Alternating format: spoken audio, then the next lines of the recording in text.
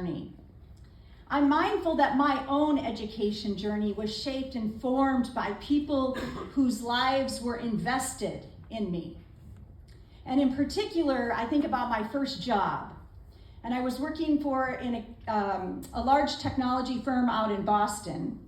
And the mentor that I had took me under his wing. And one of our first assignments was working with an East Asian Indian company. And we were doing this activity. And he put me right up there, right up front, as a very young 22-year-old, highly inexperienced in facilitating any sort of conversation with a very culturally different nuance in the room. And so I'm trying to get them to respond to me. I have a slide presentation. I'm doing all of the dances that we do. Can I call on your name? Can I get you to say something? When a young man in the very back of the room said, listen, we brain still before we brainstorm. An example. We as a company decided that things looked really attractive in the Middle East. So we opened up a Dubai office. So I used to make trips all the time over to Dubai.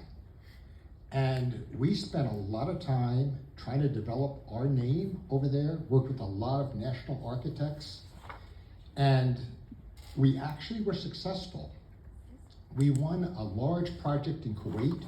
Actually, it was the world's largest cancer center that we wound up designing with QCBJ architects. So it was great.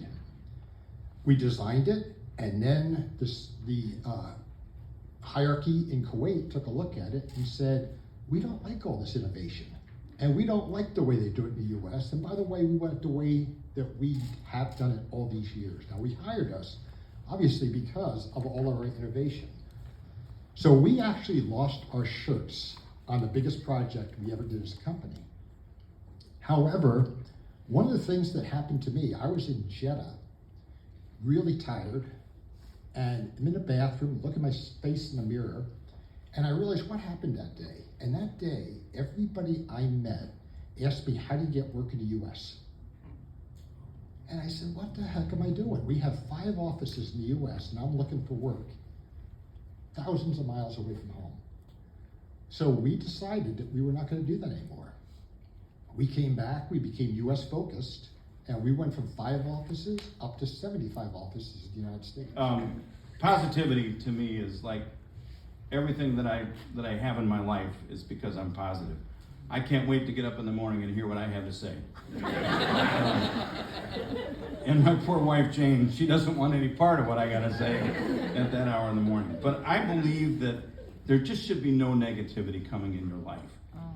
Risk, taking risk. And when I think of my career, my personal life, my love life, my wife, my family, my business, it's all about taking appropriate risks at appropriate times.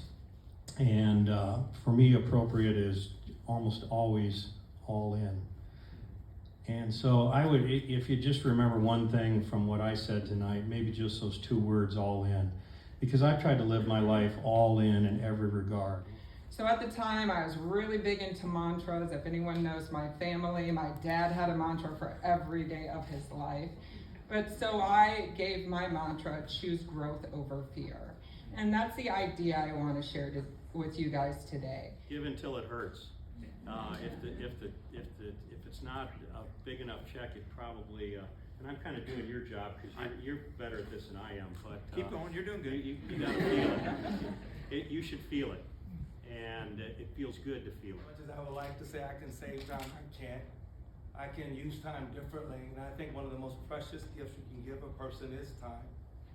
Of course, resources and other things help, but the fact that we're proximate and present with people gives us a chance to do something that perhaps we can't do at a distance. One is that we get a chance to take everything, at least I'll speak personally. I kind of try to live my life like I'm behind schedule. Doesn't always work out for a balanced life. I will attest to that. But I know that one day I will expire. And I'm trying to do my best to live a full life, but I really want to leave here empty. Renee, I think one of the things that I think is really a huge advantage that all of us have is there's a lot of not-for-profits in this audience and also in the Quad Cities. And what a great opportunity is for our young leaders to join these boards and get a remarkable experience. I can remember back when I first came into the Quad Cities, I joined the Children's Museum. And the Children's Museum became the Family Museum. But what a wonderful experience it is. So I think trying to recruit people from some of these companies would be an excellent idea.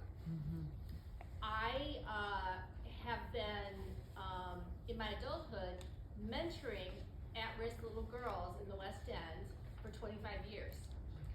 And every day I wake up and I think to myself, you know, I grew up with my parents, you know, in my neighborhood where it was very safe and we could skateboard and ride our bikes and do all those kind of things and had everything we needed.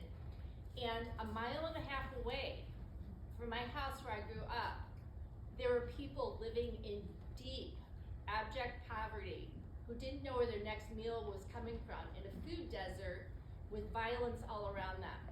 And I'm nothing special. I didn't do anything to deserve to be born of my parents. I mean, it's just an act of God. It's an accident of birth that I was not born to one of these other families of these little girls. And because of that, I have a great responsibility.